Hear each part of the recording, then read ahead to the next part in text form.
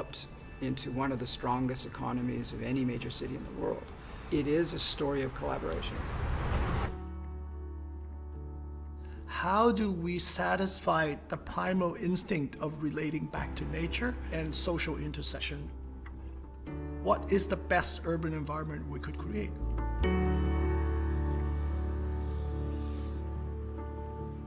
The starting point for me is to create a building that connects to the roots of Seattle. You have to get specific about that block in order to really do it justice. When we look deeper into Seattle, we start asking, what else can we bring into the mix? We were looking for something a little bit more. We said, let's find a Seattle glass artist. We started to explore putting glass strips on the building. It would reflect light sometimes, absorb light sometimes. So the building's never dull. It's timeless. First light is that feeling at the very beginning of the morning. That color and place is the feel of this project. I'm not interested in being a manufacturer of square footage. I'm interested in doing a few projects incredibly well.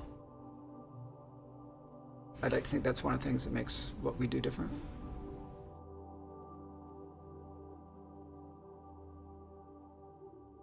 Big thanks to West Bank for sponsoring this next session. We're really excited about it. Our next speaker is on the leading edge of inclusive design as Google's director for UX design and founder of Mismatch Design, a firm dedicated to inclusive design resources and education. Named one of Fast Company's most creative people in business in 2017, she was principal director of inclusive design at Microsoft from 2014 to 2017, and her work has been inducted into the Smithsonian Institution's Cooper Hewitt Design Museum. Her new book, Mismatch: How Inclusion Shapes Design. Please welcome to the GeekWire Summit stage, Kat Holmes.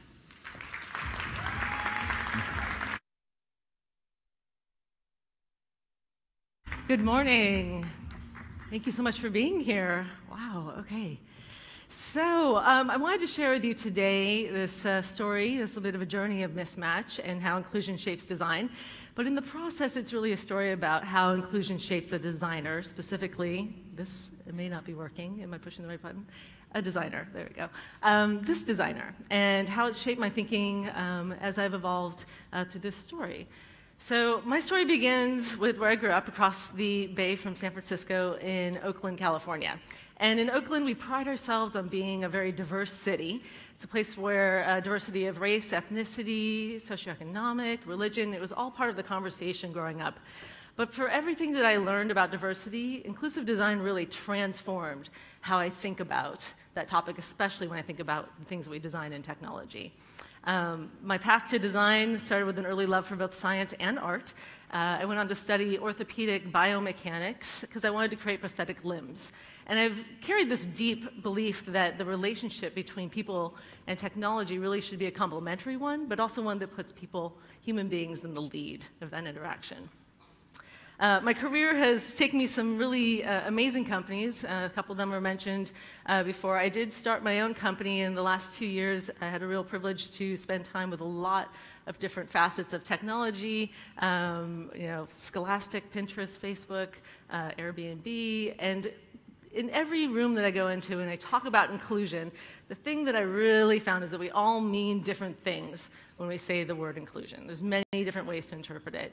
And only when I started to write the book did I take a hard look at what did I really think that this word means? It's great that we have a movement, we have a lot of interest in the topic of inclusion, but really, what do we mean when we say this? The root word of include is claudere, which is Latin for to shut. So exclusion is to shut out, and inclusion is to shut in. And I started to wonder if maybe there was something about this mental model of a circle that was shutting in and shutting out that itself was causing some problems in our thinking. In particular, what are the goals of this mental model? If you're on the out of the circle, is the goal to break inside of it?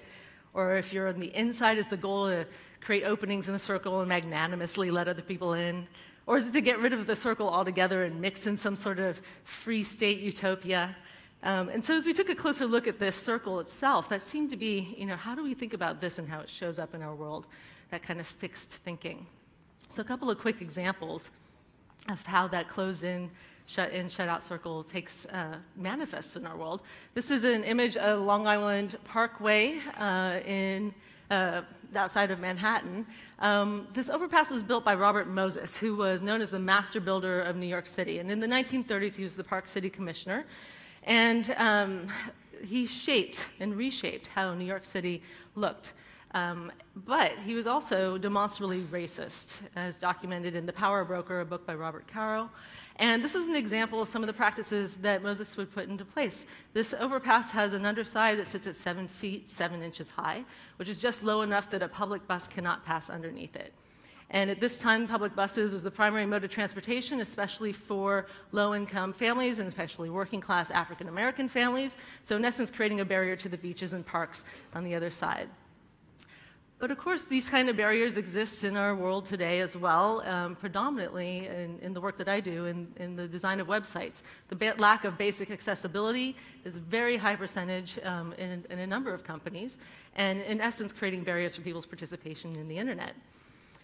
So in thinking about that tension between that model, that shut in, shut out, one of the moments that really started to unlock my thinking was the World Health Organization's definition of disability, which in 2001 was dramatically redefined as a mismatched interaction between the features of a person's body and the features of the environment in which they live. And so this profound shift, it's also known as the social model of disability. This profound shift in my thinking from thinking about disability as a personal health condition that might be outside the range of quote-unquote normal, whatever that is, to thinking about it as mismatched interactions, it then put squarely the responsibility on me as a designer, as an engineer, and the people that I partner with to really examine every choice that we make and how it's either increasing or decreasing those mismatched interactions between people in their world. In essence, these mismatches, especially as they accumulate over time, are the building blocks of exclusion. And I became really interested in understanding how they're constructed and how we might construct them differently to reshape our world.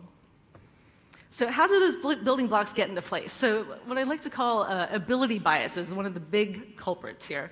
Ability biases are one of the sneakiest kind of biases that we have, because if we create things that we ourselves can see, hear, if it matches the way that we learn or solve problems, then we end up solving and creating things for people that have similar abilities and preferences, but can end up excluding a much broader group of people. A couple of examples, this is one of my favorites. This is a public restroom. The way that this ability bias plays out is in designs like this, especially when we bring some kind of new innovation to a long-standing design. This is a public toilet that you flush by waving your hand over the sensor to activate. And the fact that it needs a sign is a really great indicator, number one, that it's not a great design. But just asking ourselves for a second of who might be unable to use this interaction for a very fundamental need, right? So maybe someone who's got low vision or is blind, someone who can't read English, someone who doesn't have a hand available to wave. And it becomes a real, when we make these kind of changes, it can be a real dehumanizing, if not completely blocking experience for people as they interact with the world around them. Some examples of how these kinds of moments of exclusion can lead to innovation through inclusive design. Just want to give you a couple of those. The first one is the bendy straw, the flexible straw. It was invented by Joseph Freeman in the 1930s when his young daughter was having a hard time drinking a milkshake out of a straight paper straw. And so he took that straw home and shoved a screw inside of it and wrapped a wire around the outside, in essence creating this bendy joint. So that gave her access to the drink. But flexible straws work well for anybody who's unable to hold a cup, maybe doesn't have use of their hands. It's a vital device for many people with disabilities, and also has gone on to benefit any of us who maybe are reclined in bed when we're sick, or maybe on a beach for vacation drinking a beverage. So there's lots of other ways that people have benefited from this design. The first typewriter is also a great example of inclusive design. So Pellegrino Turri and the Countess Carolina de Vivizano were very, very good friends, some rumored lovers, And the Countess was blind. And so when they were apart, they wanted to correspond through letters, but if you were blind in the late 1800s, the way you would write a letter is by describing it to another person who would write it down, which is not awesome if you want confidential communication. So the two of them worked together to create what's known as the first prototype of a typewriter, so the Countess could author her own letters. And certainly that's gone on to benefit us in many ways, many, many more people. So there's so many examples of inclusive design that are permeating our society. We all use them every day, or we interact with many of them, but they're sitting quietly in the background, sometimes with these stories unknown. And the thing that I love most about them isn't just that they're innovations that started with mismatches, but they are love stories that happen between people. There are two people who wanted to connect and understood deeply the mismatch and the way that the barrier to their communication or their connection could be solved by thinking about a new kind of solution. And those solutions went on to benefit many more people. This is relevant more than ever today because as digital technologies move into more public environments, learning environments, work environments, how we experience exclusion changes throughout our days. Our abilities are constantly changing depending on what environment we're in. So, in theory, if we were to design a solution, let's say, that works well for someone who experiences mismatches on a very regular basis, someone who experiences exclusion, say, because they were born with one arm. If we design a solution that works well for someone who's born with one arm, that solution will go on to benefit anyone who has a temporary arm injury or is also maybe carrying groceries or holding a newborn infant in these temporary moments that we all experience a change in our abilities. So coming back to this shut-in, shut-out model, really started to think about it more as a cycle of choices that we're all constantly making. And it has these 5 points that are interrelated that contribute to these moments of exclusion, but are also opportunities to jump in and think about inclusion, specifically with the participation and the contributions from people who experience high degrees of exclusion. So I wanted to quickly walk through a few of these touch points with you and think about how those could be reshaped. If we imagine for a moment a playground where there's swings. Here's an image of the kind of swings that I grew up with. What kind of abilities are required to play on this swing? Certainly 2 arms, 2 legs, a certain degree of height, certain strength. And so if you were to imagine a playground full of these swings, the only people who would show up to play are the people who match that design. And this plays out in so many areas of our society. And I wanted to understand, how did we get to this point? And it has a lot to do with this thinking about this bell curve, this 80-20 kind of thinking about human beings, especially when we said about engineering and designing. The origin of much of this work is detailed in a book called The End of Average by Todd Rose, where he tells the story of Adolphe Quetelet. Quetelet was a Belgian astronomer and mathematician who aspired to be as famous as Isaac Newton in mapping the celestial bodies of the universe. However, the Belgian Revolution broke out as Quetelet was coming into his career, and so he turned all that ambition towards human society and started measuring every dimension of human bodies and mapping them statistically and determining how they would fit to a curve. And he found these bell curves everywhere he looked.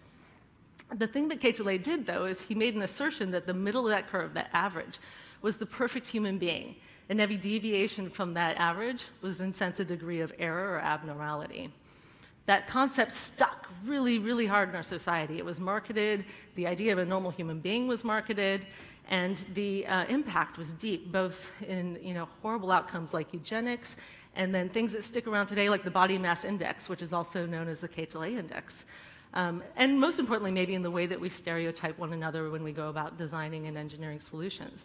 So what if it was an invented conversation, this idea of a normal human being? What if there really was no such thing as a normal human being when we set out to design?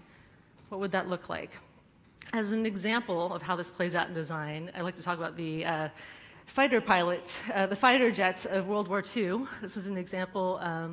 The flight deck that was designed for these first jets were designed by taking data, measurements of human bodies across 4,000 pilots.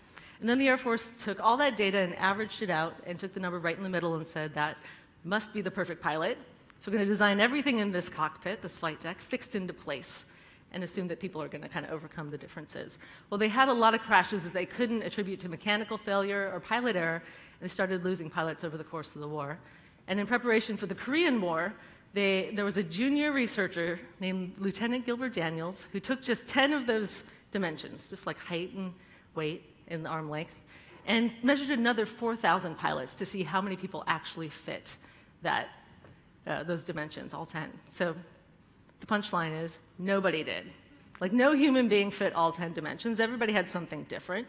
And in essence, the Air Force had created an airplane for everyone and no one. This happens all the time in the work that we do in technology.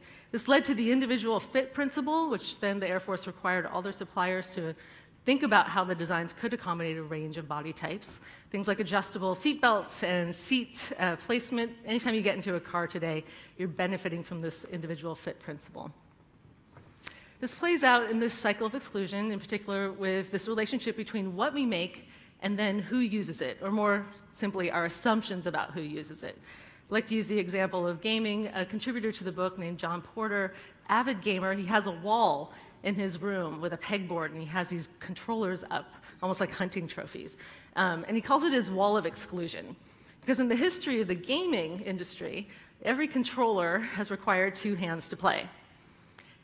And John doesn't have 2 hands to play. He plays through speech and a whole lot of work that he does in the background to use different types of controls.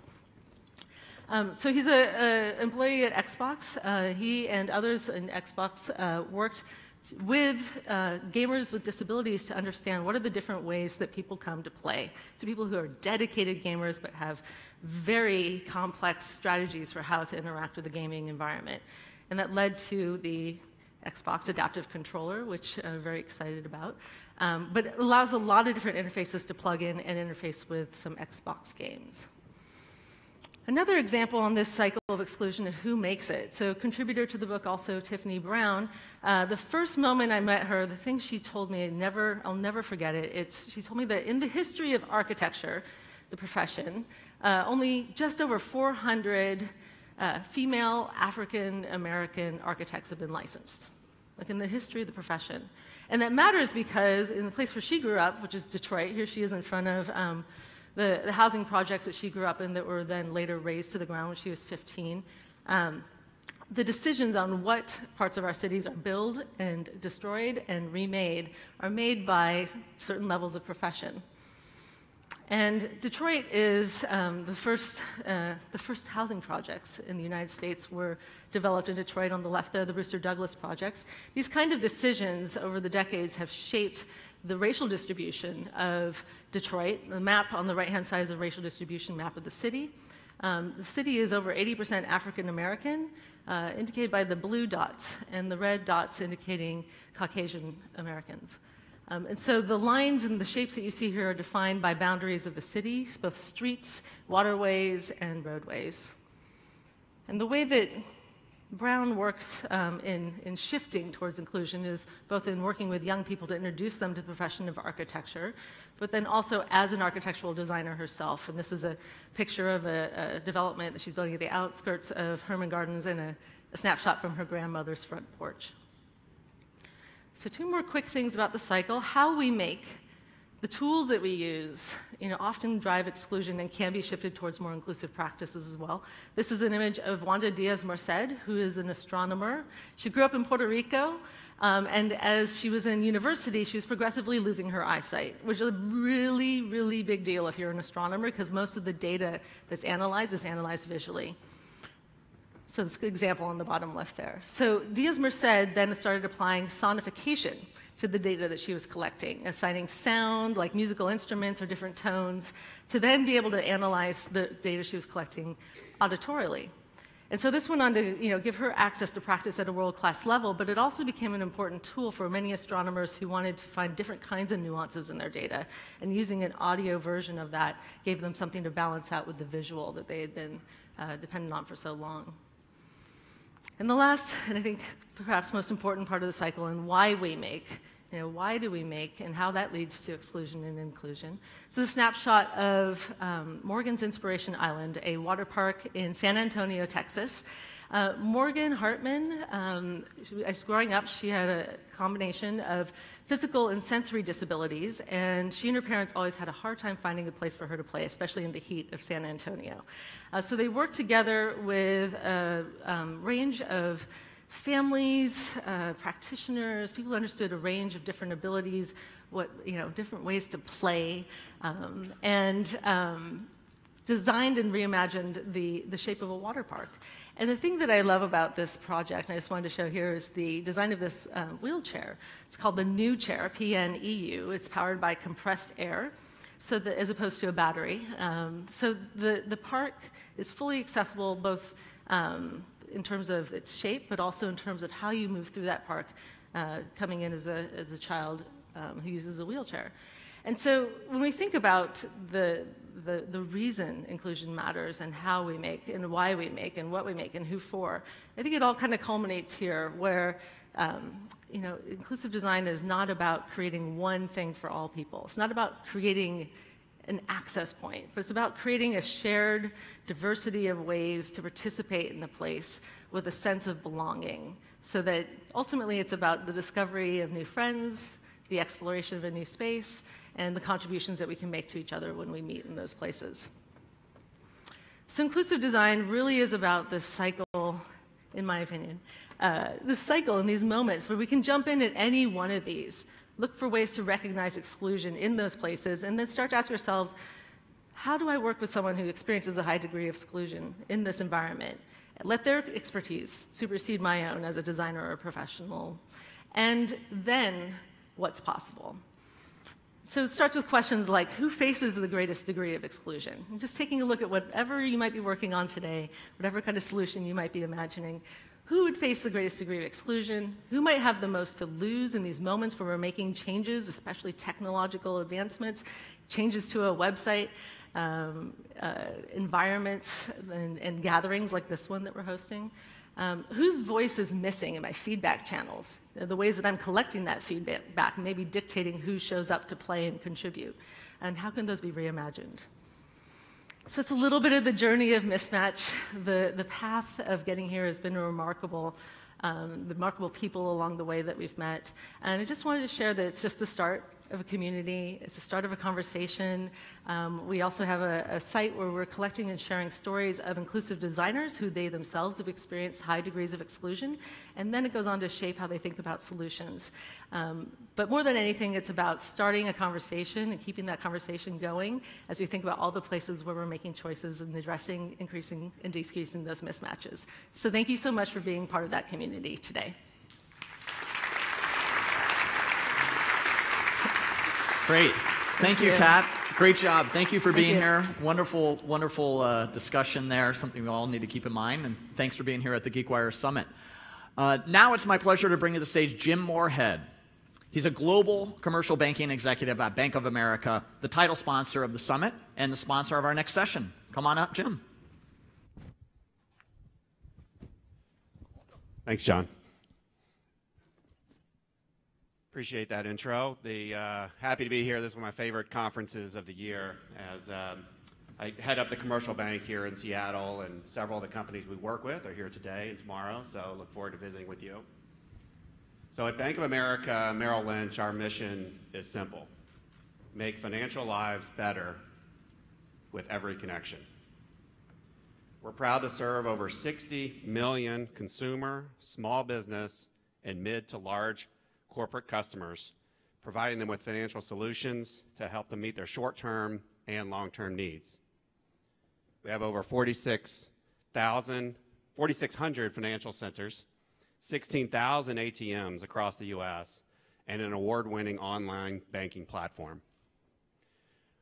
We have over 34 million active accounts with over 25 million mobile users. And for the first time this year, online deposits outnumbered deposits at financial centers.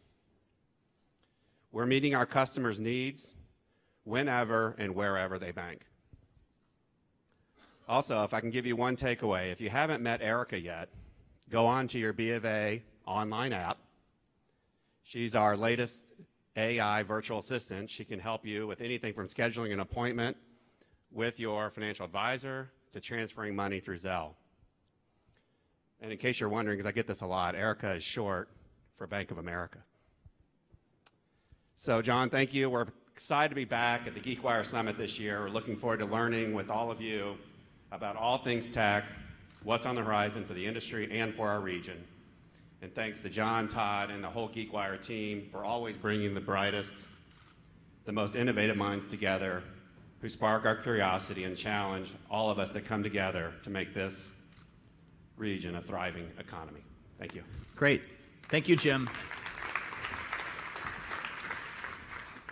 And speaking of brilliant minds, we have one of those coming up on stage with us today. Glenn Kelman is the CEO of Redfin, the tech-powered real estate brokerage, which under his leadership went public last year, joining the ranks of many other Seattle area companies. And prior to joining Redfin, Glenn was the co-founder of Plumtree Software, a Sequoia-backed publicly traded company. Please welcome to the stage, Glenn Kelman. Glenn, so glad to have you here. I'm glad to be here. Let's jump in. I've got 100 questions for you, so I know I'm not going to get through them all, and it's going to be fun. I always love talking to you. But I want to go back in time in history. I want to go back 11 years. I was hanging out at the Redfin offices at the time because there was a little moment in history that was happening. You were appearing on 60 Minutes with Leslie Stahl, my favorite correspondent, by the way, on 60 Minutes. And you had something very provocative to say. You said real estate is the most messed up, or I think it was screwed up, most screwed up industry in America. 11 years ago. Is it still? I was worried you were going to ask me this question. Well, I actually asked you to try to see if we could get the video clip of it, and you. I don't think it came to fruition. So I wish I hadn't been so brash about the industry when I just joined the industry, but I still feel like it could be better. I think that we should make homes affordable. We should make sure agents are on the side of the consumer. We should make sure that technology can increase efficiency in real estate. And so I wish I had said that in a more humble way, in a more diplomatic way, but I still feel that way, that we can make real estate better. Fees have come down, transparency has gone up, innovation has flooded into the space. We started with $30 million in real estate going from private capital to these companies in 2012, and now it's $3 billion. So I think there's now a broad consensus that real estate is going to change in the United States. Yeah, and you're helping to usher that in, certainly. Even still, my wife likes to go around to open houses throughout the city of Seattle, and we were in Magnolia and popped into a $3 million beautiful home at an open house. And I was really struck by just the system works kind of the same way as it was 11 or 15 years ago. There's been some incremental improvements, but does this get you down? Are you disheartened by the lack of change? Because I know you're trying to drive that. I find it galling. I feel like if you had told me how much real estate had changed by 2018 when you came to our office in 2011, I would be surprised because we worked so hard to make it better.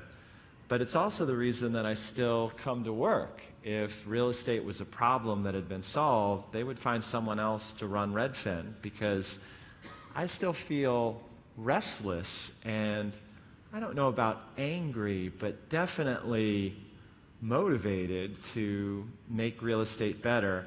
I still think, though, that the fundamental problem is about cost. The real challenge most people have in buying a house isn't that it hasn't been appropriately visualized on the web, isn't that there isn't some digital assistant guiding you through every room. It's that it's too dang expensive. And 20% of the house is going to be your down payment. 6% of that is going to go to a real estate agent in some cases. And I think the real challenge is that we still need to make real estate more affordable. So there are other ways we want to innovate. I think people should be able to use their iPhone to get into a house without a real estate agent. I think people should be able to make an offer on a property with or without a real estate agent. Long term, that's going to happen. They're going to need some digital guidance. But if you asked almost anyone in this room, what's the main problem with U.S. real estate, the overwhelming answer would be that it's not affordable, that it's too expensive. And what does technology do to solve problems like that? It makes real estate more affordable. It makes services more accessible. So that's still the main problem that I'm focused on. It's why I still sleep on friends' couches when I travel. Redfin is a scrappy little company that has to spend our customers' money wisely. When you came into the industry, you did kind of come in punching, and you came in with kind of a brawler's mentality. You were kind of considered the bad boy antagonist of this industry. I mean, it's true.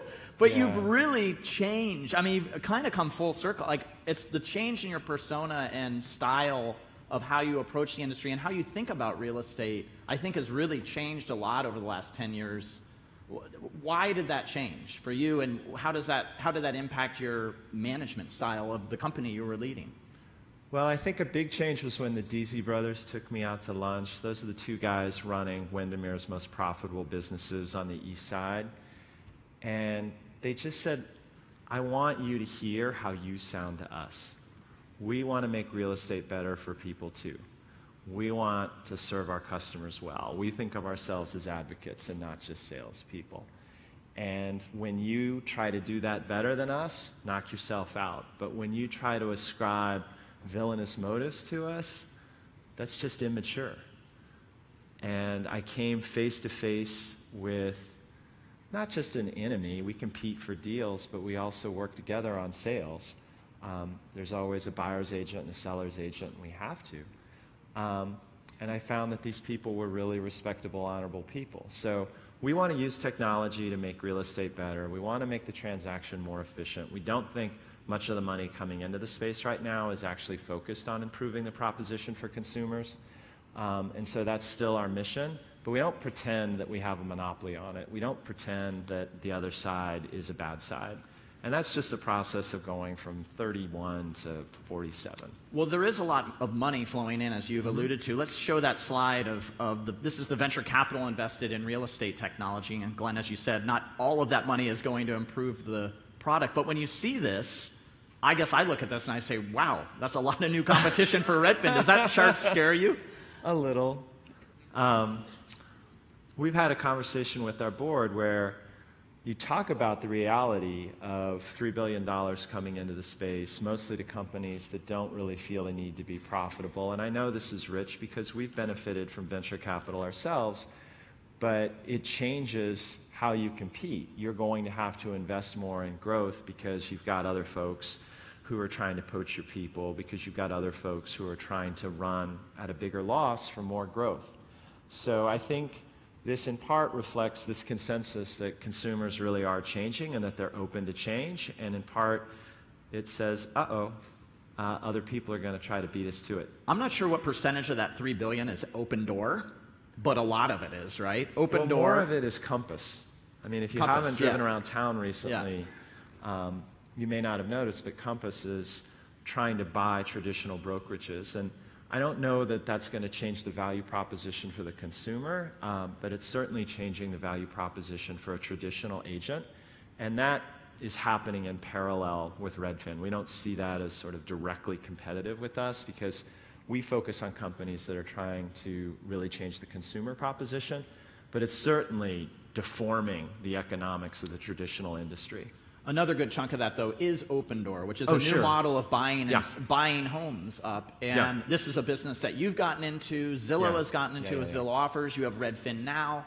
Is this the future of buying and selling homes, which is a more very transactional business with the real estate broker kind of taking the lead? Yeah, well, is this the future? Is this how we're going to buy and sell homes? But I don't homes? think it's the whole future. Coming back to your question about why the open house is still the same, it's because it's probably listed by a traditional brokerage. We recognize that if we really wanted to change real estate, we'd have to be the listing agent, that asking other brokers to change how they do business when it's their listing is hard. But another step would be not just listing the property, but owning the property. And if the idea behind transforming real estate is that we have to own all the real estate being sold, that is probably a step too far. So We've had great success over the past 18 months with our version of Open Door, which is Redfin Now. The business has grown well. But most customers, when they get this instant offer to buy a house from a Redfin, a Zillow, an Open Door, an offer, I was responding to that OfferUp plug. Offer-ups and home buying now? Nick Kuzar. No, OfferPad.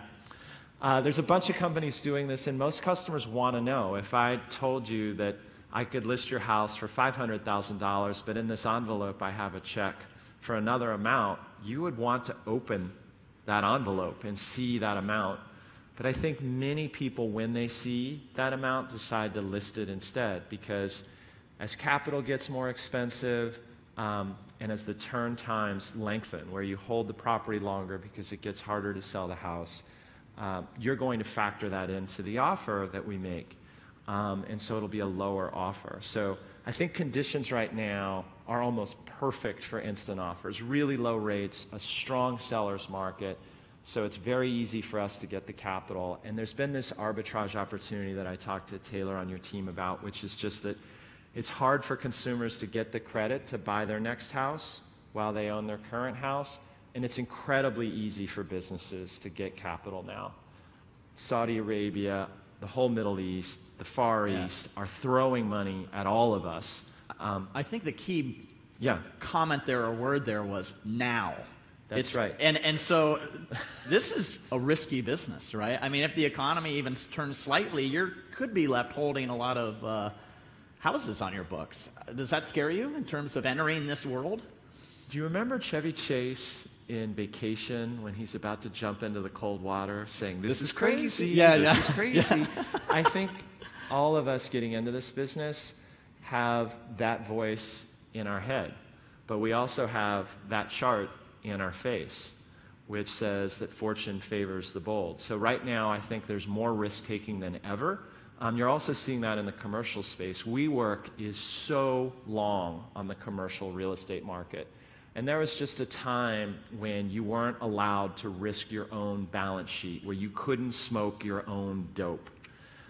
You could be a facilitator of transactions. You could build a website for those transactions. But to actually believe that you were smarter than everyone else as a principal in those transactions is a level of risk that Wall Street has tolerated for very small periods of time over the past century. And right now, there's tolerance for that. And so you're seeing really good offers going out to people who can't get the credit to move up any other way. Let's talk about the bigger economic picture here, because obviously housing, real estate ties directly into that. When we talked the other day, you had the quote, Seattle real estate market, it has changed, baby. Something has changed. So let's go to the next chart, because I think this might spark an interesting conversation about what's happening, average inventory growth and West Coast markets. What does this chart show us? What's going on here in your mind? It's a hockey stick up and to the right of the number of homes for sale in Seattle, Portland, San Francisco, San Jose, San Diego. Those are the hottest markets in the United States, where we've seen price growth over the past 3 years of around 35%. And buyers have just said, enough is enough.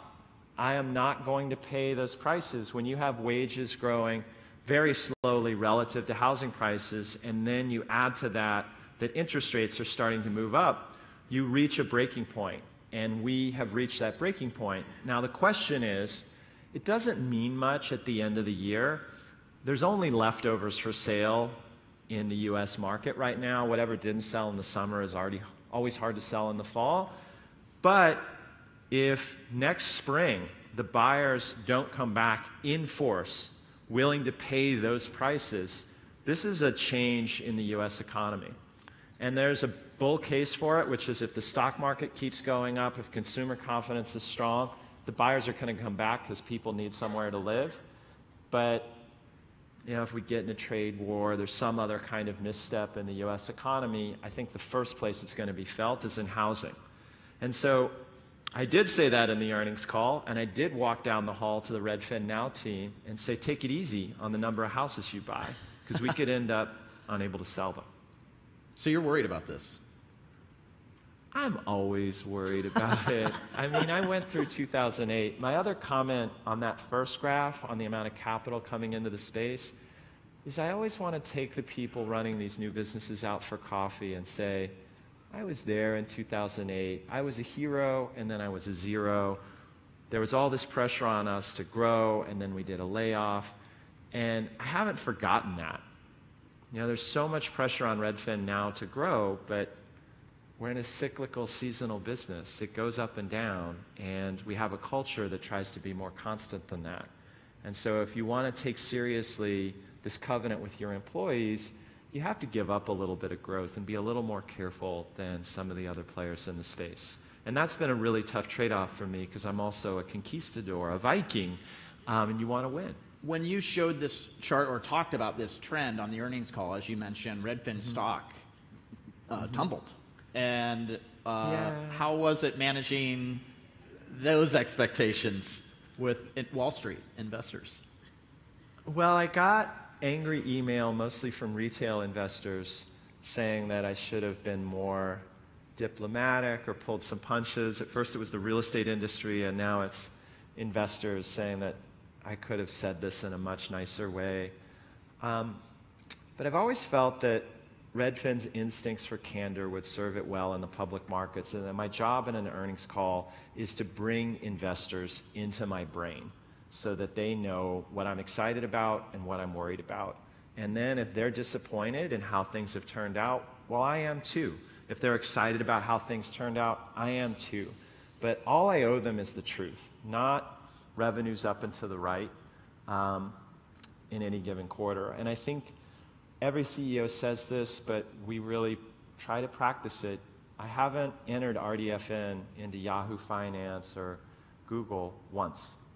I care enormously about the long-term value of this business. I want it to be part of my legacy. I want our investors to make an enormous amount of money. But I don't really care if the stock went up or down today. And that's weird because I drop my kids off at school and I see other parents say, how are you doing? And I say, I'm fine. Why wouldn't I be fine? And I go, because they just lost some money on Redfin, probably.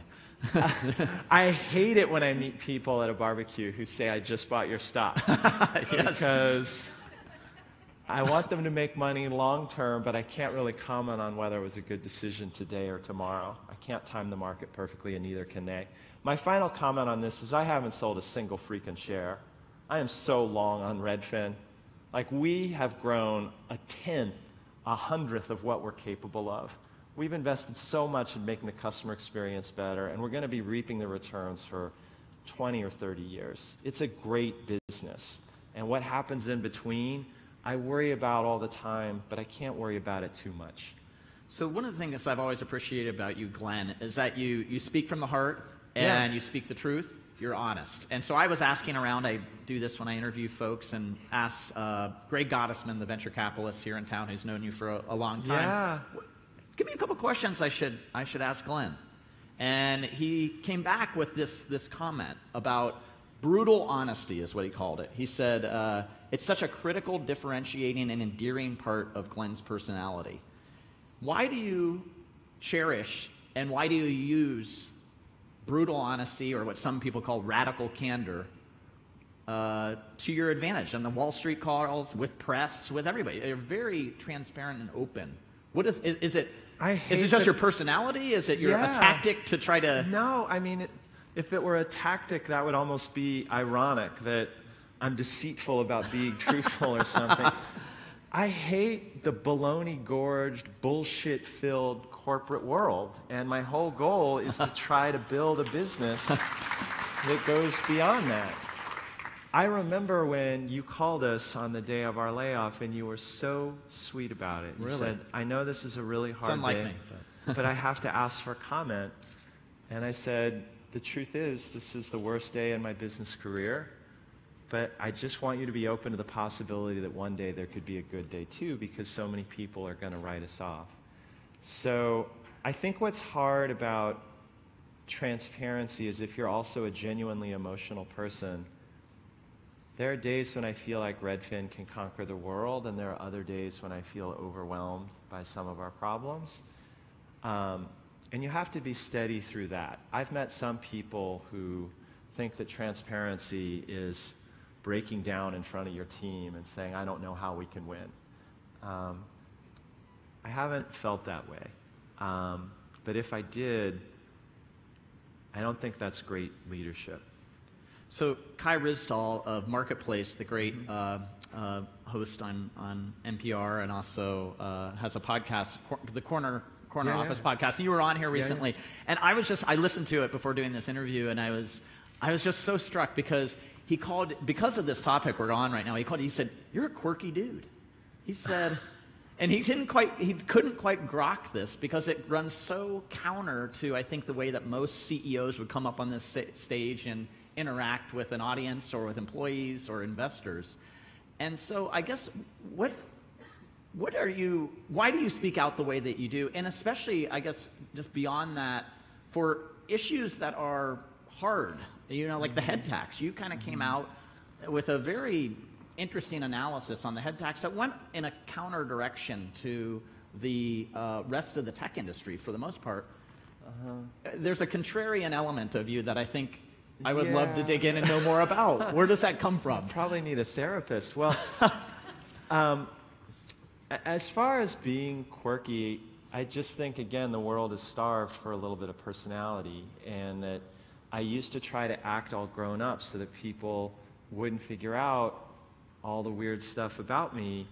But then if you go in the other direction and you actually just fly your freak flag a little bit, the people who should be working with you will work with you, and the people who shouldn't be working with you will work with you. And both of you will be better served if you figure that out sooner rather than later. But the conversation we always have with Redfin's agents, with our engineers, is that you have to put some of your soul into the job.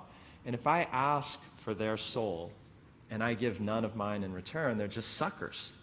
Like, have you ever felt like you poured your guts out for someone and then they say, "Interesting, that's very nice to hear."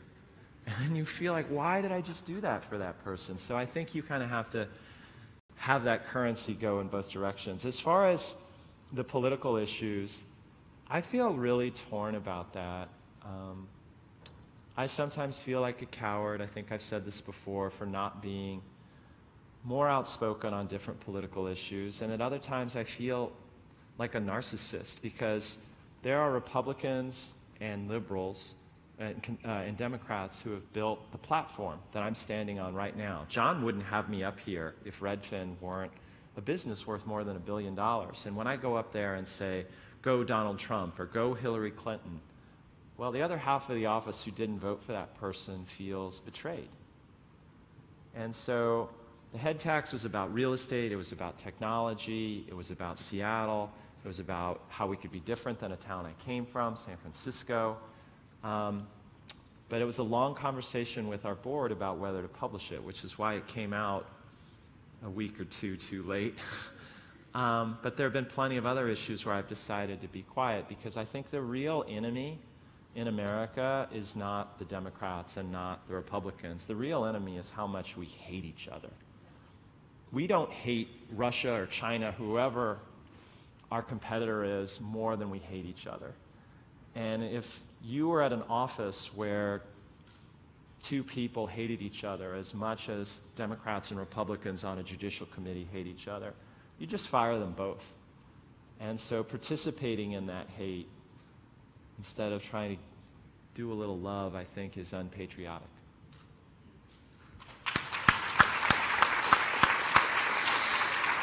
By the way, I'm looking at you, Ben Slivka, because Ben has been a contrarian on several political issues, and what I've always appreciated, he's a great Microsoft technical leader, is that he's tried to reach out to the other side instead of just unfriending everyone who disagrees with them. The most important dialogue is the civil dialogue. I love that about you, Ben.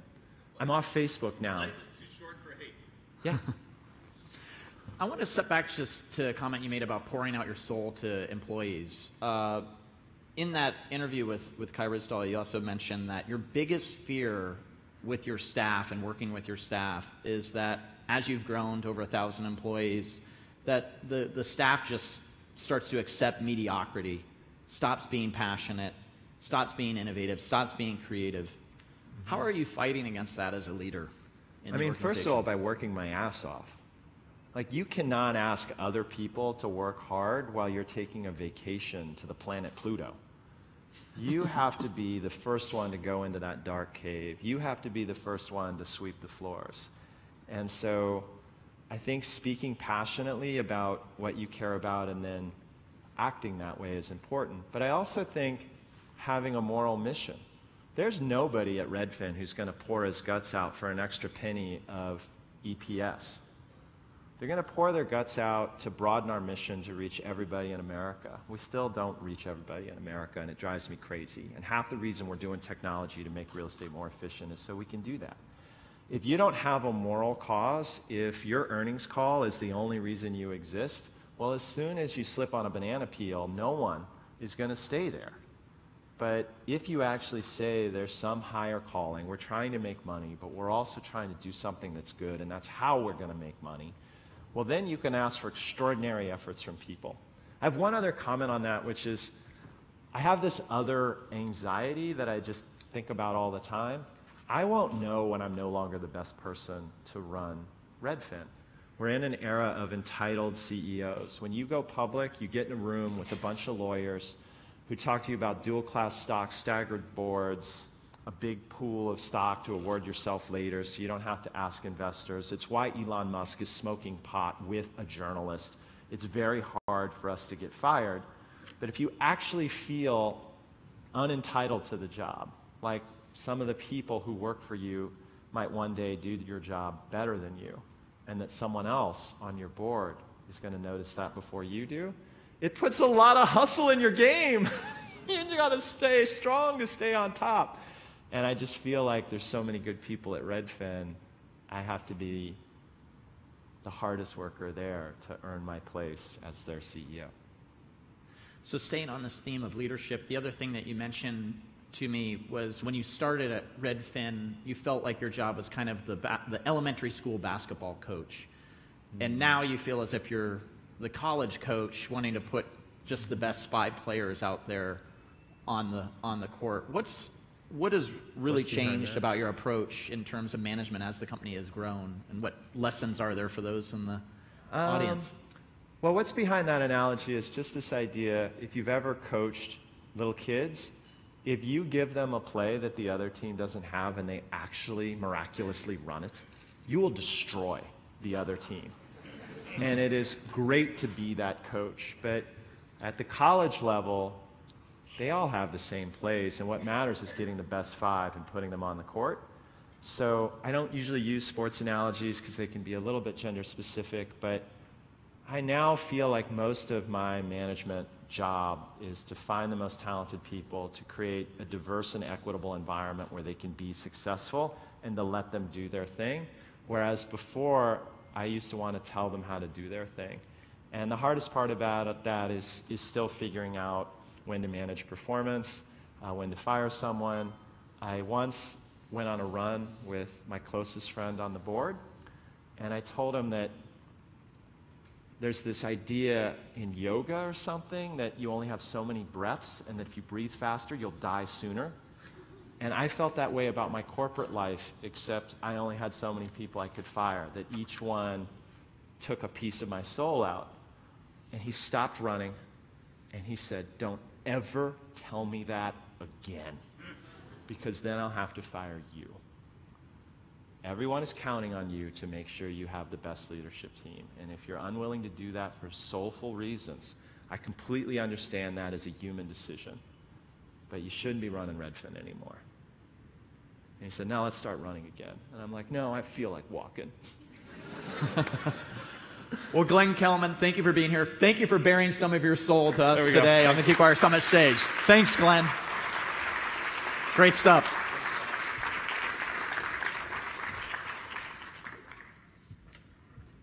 Fantastic. I do feel like these have become suddenly counseling couches up here. It's always fantastic to hear from Glenn.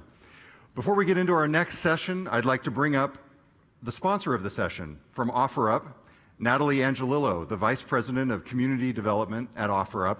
By the way, while Natalie's coming up, I should say I've been adding a bunch of you in the GeekWire Events app.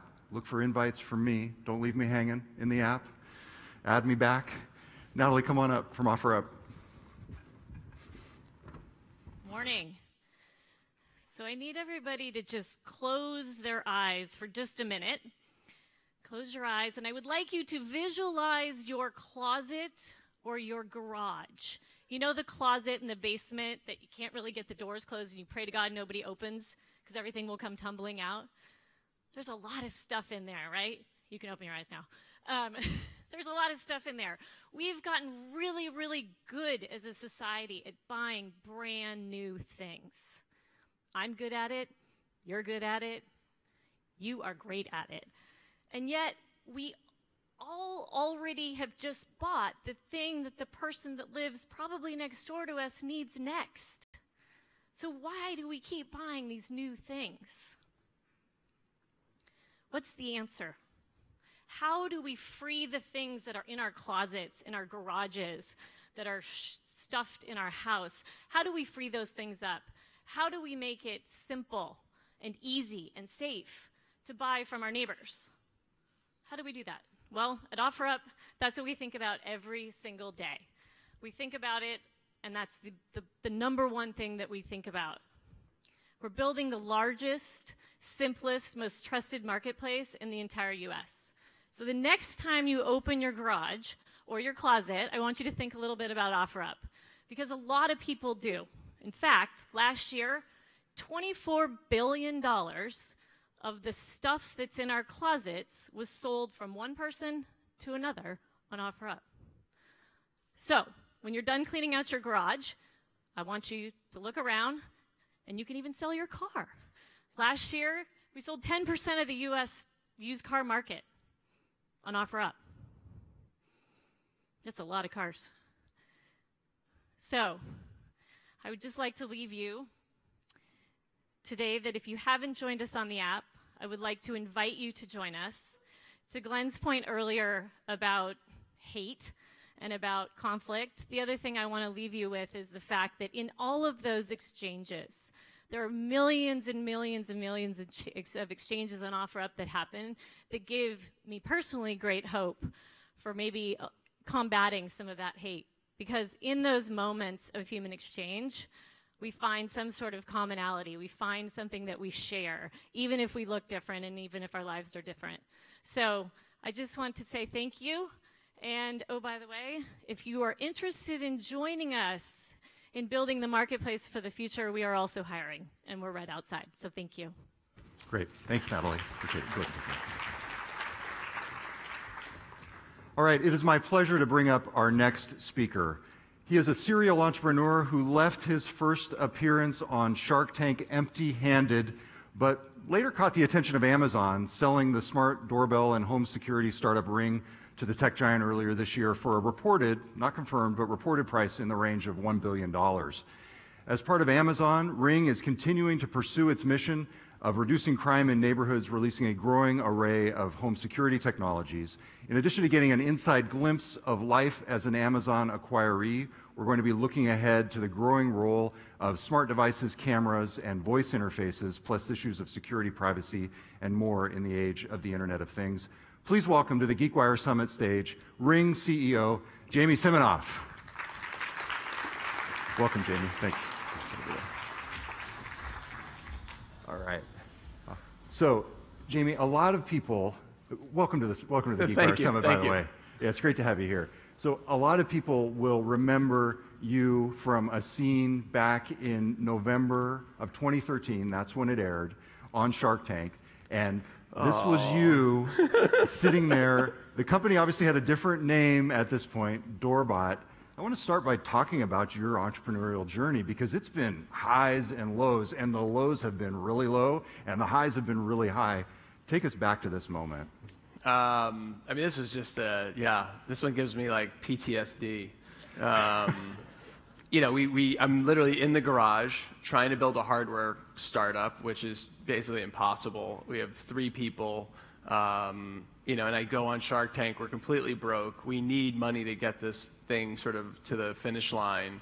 And, you know, at the bottom of your screen, you see Mark Cuban there. And I was convinced going on that I was going to get Mark Cuban to invest. And he literally it was so quick that he was just like, Jamie, blah, blah, it's great, but I'm out. And I was like, oh. And then I kind of went down the line, and everyone went out, and I went back to my garage, broken.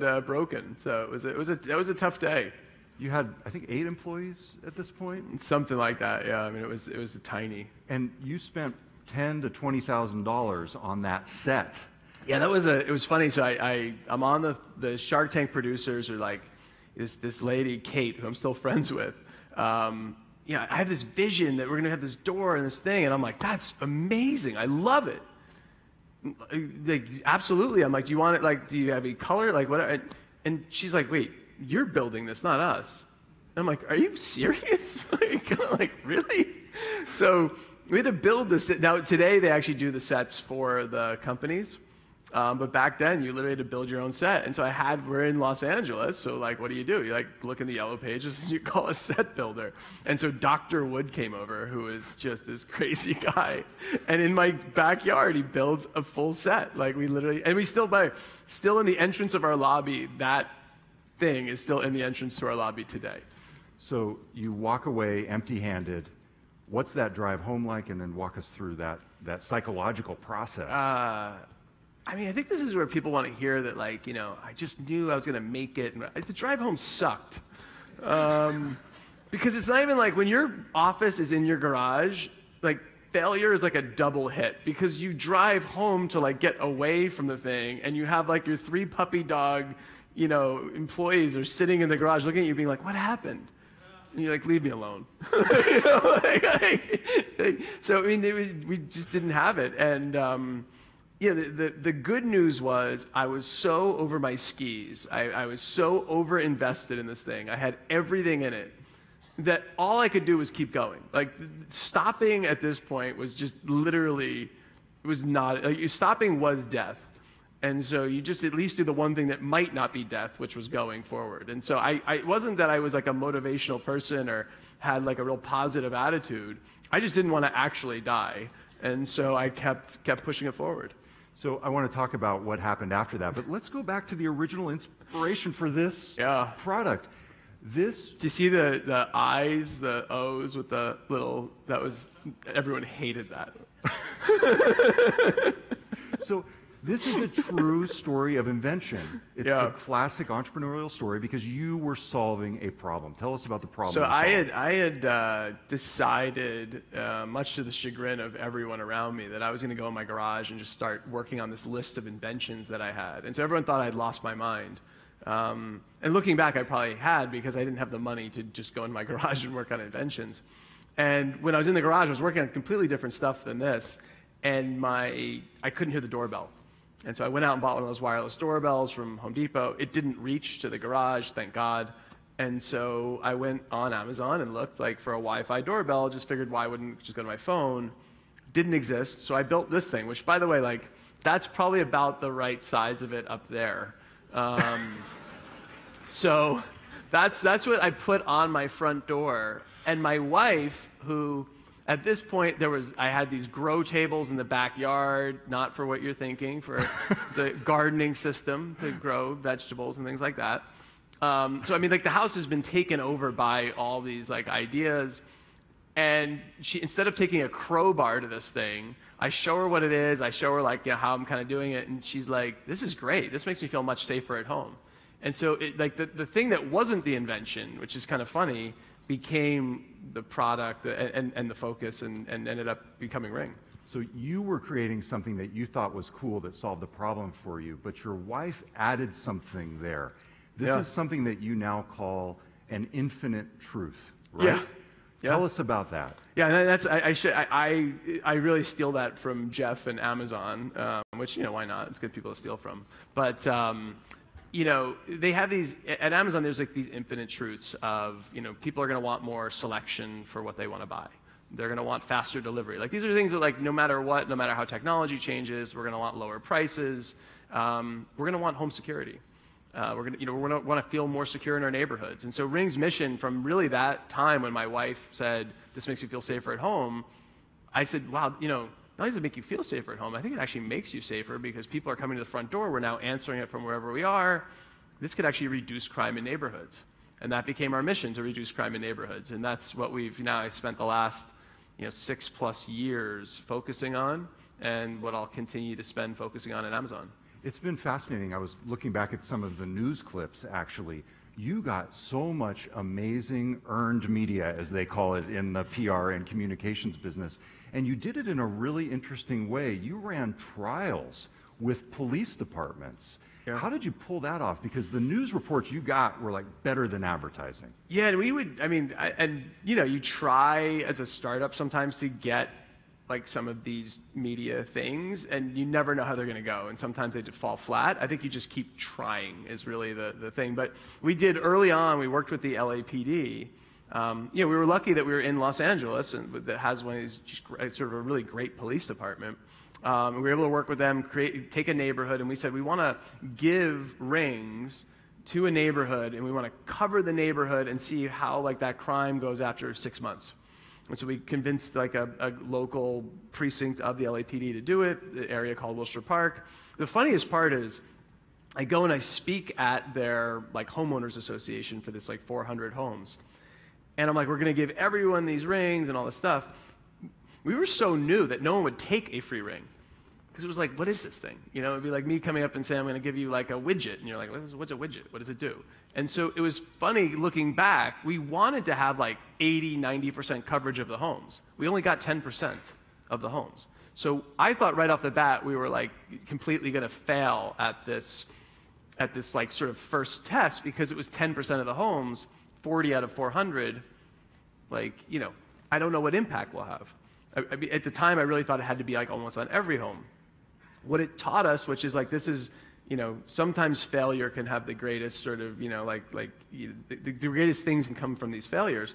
What it taught us is that Ring actually protects the homes around it as much as it protects the home. Because if someone comes up and you answer, hey, how are you doing? Okay, whatever, I'm in the back, I can't come. But that person, if they're trying to do something bad, they now think that there's like someone watching them. They don't know where it is, whether it's the camera or they go outside of that area, and then the next person answers. And so having 10% of the homes with Ring, we were able to reduce crime by 55% in that neighborhood. And so it was this amazing sort of learning that, wow, we can actually be more effective than we even thought, which obviously got us even more excited to keep pushing it. So a lot of people would look at the business in the early years and think about a KPI, revenue, sales, customers. What were your most important numbers that you thought about? First of all, don't take any advice from me, like at all. I mean, you can listen, but like I always say, don't take any advice. We ran the business, and a little bit different today just because Amazon is a public company. So there are budgets and things that have to be in place as a public company. But really up until then, really no budgets and no KPIs. The only KPI we have at Ring is to reduce crime in neighborhoods. And I always told my team, if we're building effective and affordable security products and services, if we make people's neighborhoods safer, they will reward us with their money. Don't worry about how much. And so we never had goals in the company of doing 30 million, 50 million, whatever those goals were.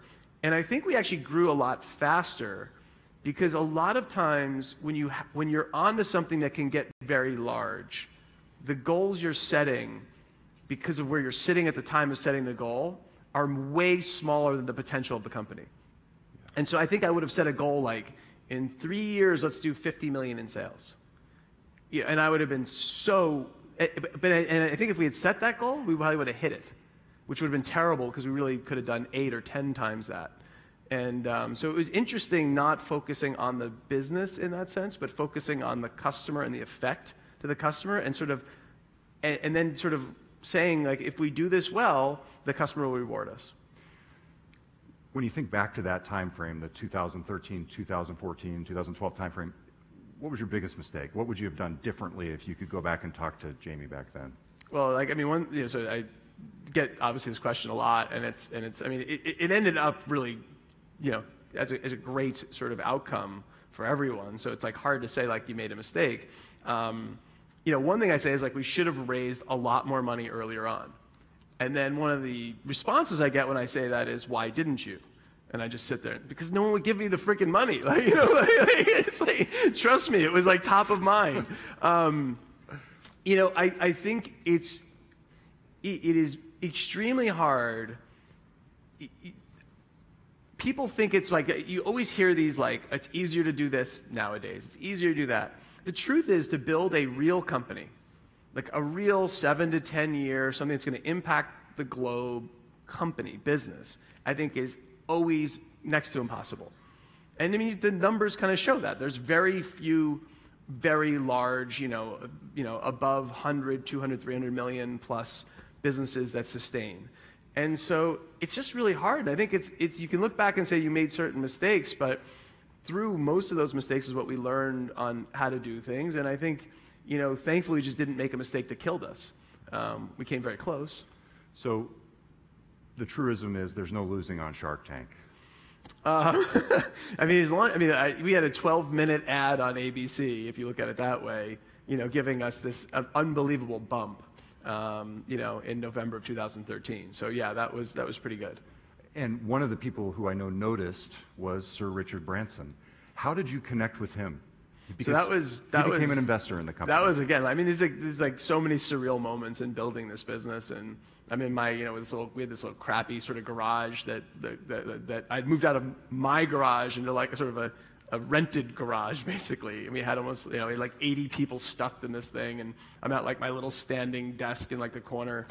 And I get this email from one of our customers that was at Richard Branson's island. And he said, Richard, I just get this email that says Richard copied wants to get rings for his friends and his family for the holidays. Richard.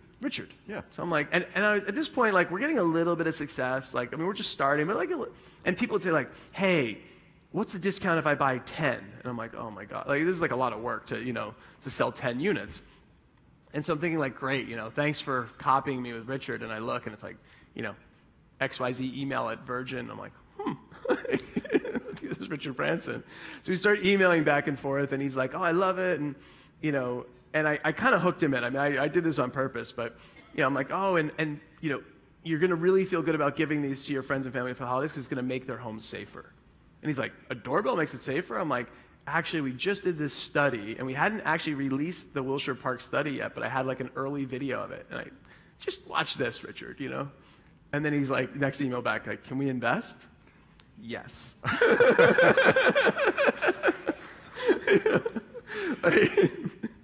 Yeah. So it's such a remarkable turn of events from the drive home to that. I mean, it was so hard. Yeah. And then it was so easy.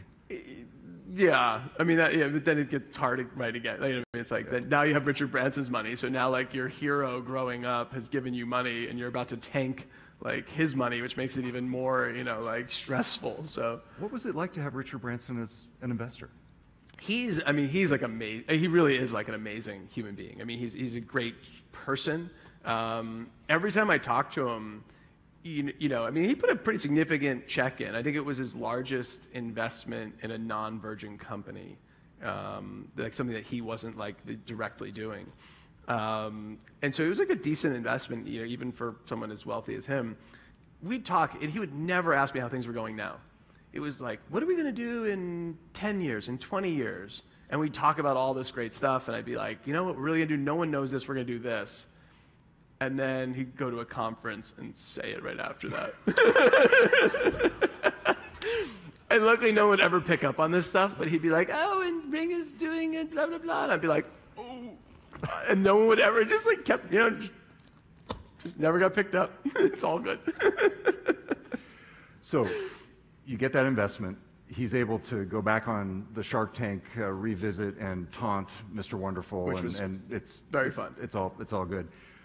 Tell us the story of how you got on Amazon's radar, because this was a story. There was not actually an official press release when the Ring acquisition was announced. There was a press release when it was confirmed and completed. Yeah. But so we don't really know the story, the behind-the-scenes story of how Amazon met Ring. So, and again, this is one of those, like, and I get a lot of people that call me and say, like, I want to sell my company at Amazon. What do I do? And I'm like, well, start today, and in 4 years, you might have the opportunity to do that. Because we literally, for 4 years, we were doing, and not trying to sell the company Amazon. We were working with them on, we were around the front door. They were around the front door. They were in the home with Alexa. We had cameras that could, talk to you. And so It was working with them for a long time and building like real relationships where we realized that Amazon, very similar culture to Ring. You know, Amazon, like one of the core tenets of Amazon is starting from the customer, working backwards. You know, at Ring, we were always starting from the mission, which was to make neighborhoods safer, and sort of that drove everything, which is really that same sort of, so we had a lot of these similarities. And I think over time, Amazon got to watch how the mission and how I built the business, and they liked that. I liked what they were doing and where we could help, and it really just kind of came together very naturally. It wasn't a force. It wasn't a competitive bid where we were trying to maximize it and I had all these other bids coming in and we chose. It was really, you know, I wanted to continue to build the business, and Amazon is one of the greatest acquirers I think ever in the world of allowing companies to still build and be impactful post-acquisition. If you look at their history of even companies like Audible and IMDb, and I mean, there's Zappos. Old acquisitions, Zappos, Twitch, that they've just allowed to continue to be great, impactful things in the world with founders still there. And I didn't want to leave. I wasn't looking to get, you know, a cash out and go somewhere else. I really wanted to stay and build and keep doing this. But Amazon now gives me this sort of foundation to do that with. I've always been struck by that arm's length approach that Amazon takes, and I think that they really brought that into the bulk of what they do with Zappos and Tony Hsieh. But it's also interesting because you were just up here in Seattle for the big Alexa rollout with the new Ring stick-up cam, and I've actually got this. That's this right here. Yeah. $180, available on Amazon.com. It's available now. It's available now. It is available. But you're there, and this is Alexa enabled, in contrast with your security system, which was announced at CES earlier this year, which is not natively Alexa. So clearly, you're working with the Amazon team. How does that relationship work if it's arm's length, but also integrated into their product announcement? So what's great about Amazon, it's not arm's length in terms of, it's not like we can't integrate with them. It's that Amazon, it's like almost like a one-way street where we get to, as Ring, kind of, you know, say, hey, listen, we want some help here. We'd love to integrate with this, versus the big company coming in and saying, here's what you're going to do for the next year. Here's what you're going to do for 2 years, and like forcing us into that, which I think a lot of companies, when they acquire, that's what they do. They just immediately come into this great little thing that was building, and they just like suffocate it. And so it's the opposite, where we get to go and say, listen, we'd love to have our cameras Alexa enabled. Our alarm now is Alexa enabled with Alexa Guard, which we also announced. One of the 70 things that was announced on that day is that you can now, you can say, Alexa, arm my alarm, and do that. And so we are now able to integrate those products in a way that's, customer first and allows customers to have the best experience with both, Amazon products as well as other third-party products. So you have a fascinating competitor set, many of them well known, Nest, owned by Google. And I'm trying to think of a way to phrase this question in such a way that you're not going to tell me that you don't focus on competitors. Because I know that is the classic. I think they might train you when they bring you on board to say we focus on customers, not competitors. At any rate, when you look at the competitive set, what scares you? What do you look at and say, we need that, why aren't we doing that now? So I think I'll say it in a little bit different way that's probably PR friendly, but okay. But it's what I always said to our team. We had some core things at Ring, and one of them was, and this is from day one, our competition, do not look at the products that look like ours and say they're competition. They're not. Our competition is someone who has bought our product, takes it home, does not feel that experience matches their expectation of what a product should be, and they return it. That's our competition. And that is your competition. When you start to focus on the thing that looks like your product, that is, I believe, when you go underneath. It's when you start to become a me too, and it's when you stop innovating for the customer. And our competition was Apple, because that is the customer's expectation of what a consumer electronic product can be, and we had to match that in fit, finish, feel, brand, packaging, customer experience, everything, so that you don't take it back and return it. So your title is still Chief Inventor. Yeah. Talk about the evolution from Doorbot to these products, the current Ring, some of them. Yeah. This is because you've got an array of things now, but talk about the nitty-gritty technology here. What's changed in the time since you created Doorbot, and what are the capabilities you're able to do here because of those changes? I mean, it's, yeah, as you get, consumer electronics is definitely a business where scale matters. Access to technologies, access to expertise. I mean, all these things really help. And as we grew, we were able to get, with a defined mission, which kept us very focused, because it's also a place where you can just go willy-nilly and crazy. And you see that with some products where they just go so wide. It's very easy. I always say it's easy to add the espresso machine. You get these products that they have, like, they do X, Y, Z, whatever, and I'm like, where's the espresso machine? Like, does it also make coffee? Because it's like, you've just added all this crap into this thing that doesn't help a customer. And so I think having a very focused mission, I could tell you about every single feature and you break that product apart and do one of those really cool, when they do those like 3D things where they break them apart. I can tell you about every single piece and why it was added, why there's 3 passive infrared detectors in the battery one instead of 1, because of how you can do better motion detection and better false positive detection. On the floodlight cam, how we have 270 degrees of motion on the bottom, which actually shaped why that thing has this sort of a little bit elongated look.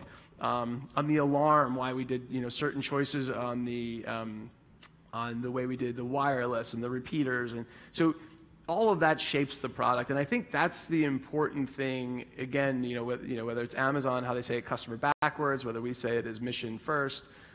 But I think when you're doing anything, it's so easy to just go so wide and build something that doesn't have any benefit to anyone. What's the one thing that you wish you had in terms of a technology advance as you're creating the next generation or this generation that would just open up new possibilities? Is there one area that you want to see the advances in next? Yeah, the advances in computing allow you to continue. I mean, computing is really the greatest sort of benefit to any product, because the more computing you can add, then the more posts that you can do to the product. Like it extends the life of the product. Because I can still, Tesla with firmware upgrades on a car, like the firmware upgrades, all that stuff stops when you max out the CPU. And so the CPU, I'd say, is really the number one thing. The quality of cameras now, 720, 1080, 4K, like you're starting to get to a point where it doesn't, more is better, but it's not that much better. Like the difference between QVGA and VGA and 720, those are big. As you start to get into these 4K and 5, it's less important from the security aspect. It doesn't have as much of a leap. And so I think the CPU stuff that, especially going into the smaller form factor, lower cost devices, that's going to be a big game changer. What's the future of the Internet of Things? If you look 3-5 years out, obviously this is a key example. It's a connected device that's not a computer, or not a classic desktop computer in the sense. What's the future of this whole ecosystem? I really think the future is that it's just like in every business. I think everything boils down to pretty simple things, which is the products that truly give you value will be extremely successful. The ones that come out because they can will fail. And I think that's what we've seen over the last couple of years. We'll continue to see it. And then what I think we'll see is we're going to have a lot of different things that are connected that are now giving you value. And then I think it's going to be the over-the-top value that you're going to get from those that are going to be super interesting, like living in place. So as you get older, living in place, my mom in the winter lives in New Jersey. There's a floodlight cam on her back patio. She goes outside to beat the snow off the bush. It's crazy, but she does it. But my brother, who lives down, pretty close, gets the alert on his phone. He gets to see it. He sends me the video so we can laugh at it. But he gets to see it to make sure she's okay. She's alone living there. Like the floodlight's not there to allow her to live in place, but it is helping with assisting to allow her to live longer in her home. And I think that's where these benefits that will come from these products, like true benefits on top of the initial benefit of why you purchased it. So that clearly is one of the benefits. It was fascinating to see the reaction to Amazon Key. I believe this was prior to Ring being acquired. People were really creeped out by the idea that it would use a camera in conjunction with a door lock to allow somebody into your house that was affiliated with Amazon. What were the lessons that you took from that as somebody making a somewhat related product, and do you see limits there on the ability for consumers to adopt these devices based on privacy? I think it's a few things. One is, and this is what I do love about Amazon, they will try things that no other large company will try. Like Key is, I think, a great example of something that I believe many other large companies would never take the chance on to try and learn from. And you need to keep trying and learning in a way that's obviously protecting your customers, but in a way that does this. Give the customers the choice. Let them figure out what they like. Because as much as Key had some of that, on the other side, Key's actually very successful in the customers that have it. They love it. And I think it's learn from that and then make the variables of, bring yourself back so that every customer can have the choice of what's the best way that they want to, for example, secure a package. Because everyone's going to be a little bit different, and then give the choice. One thing that you do that people may not know about is your Neighbors app. And it's essentially creating a community. And it's fascinating because you're connecting the people who are using Ring and also not using Ring, but you can't use non-Ring cameras with Neighbors. Is that right? You can. You can. Yeah, so we have an app called Neighbors, and that's what we always, people would say we're a hardware company, and what's the next hardware thing you're going to build? I said, no, we're like, we are, I've said it maybe once, the mission to reduce crime. So, we're a mission company, and so we build products and services, and so we have this Neighbors app, which is a massively successful, like on every sort of number, the most important for me being that it's actually been effective at stopping crime and catching criminals, and really being able to have this, this app that people can post footage and talk and be able to do this where we're actually effectively catching people, and it's totally free. You can right now add video from iPhone or Android, and we're going to be actually adding more cameras because one thing that Amazon has in its core is third parties. Amazon actually is very open overall. If you look at every platform, whether it's AWS or the e-commerce side, is very open to third parties. So you're going to be adding non-Amazon branded or family Absolutely. Cameras. Nest, will that be among them? We will add the cameras that the manufacturers will work with us. As long as they're willing to work with us, yes. It speaks to a bigger issue because interoperability is key in all this stuff. And I think we saw a lot of silos in the smartphone world. And I think a lot of us using these devices would like to just use a system that connects a Nest to a Ring to a Cloud Cam. Sure. Do you see that as a possibility, true interoperability in the Internet of Things? I think as you see most stuff, as it ages, typically interoperability gets better. It goes through sort of these phases. I think we saw it on the internet. We saw it in the mobile phones. I think we'll see it in the IoT. It kind of goes up, down, up, down.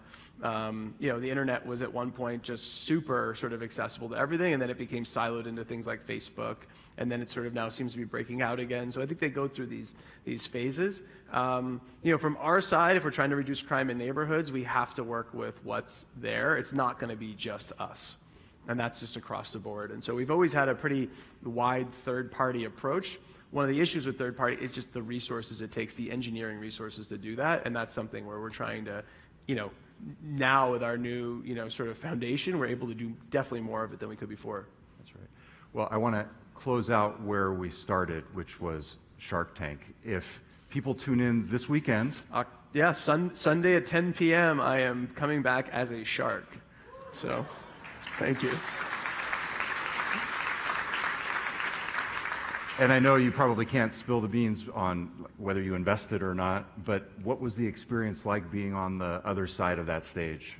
I mean, it truly was like one of the most rewarding things. I mean, to be a real person who was in a garage and went on Shark Tank to then ending up being a shark, you can't you could never have set that as a goal. I mean, it really was just so it's a very surreal thing, very fun. The sharks are actually very nice, and I had a blast doing it.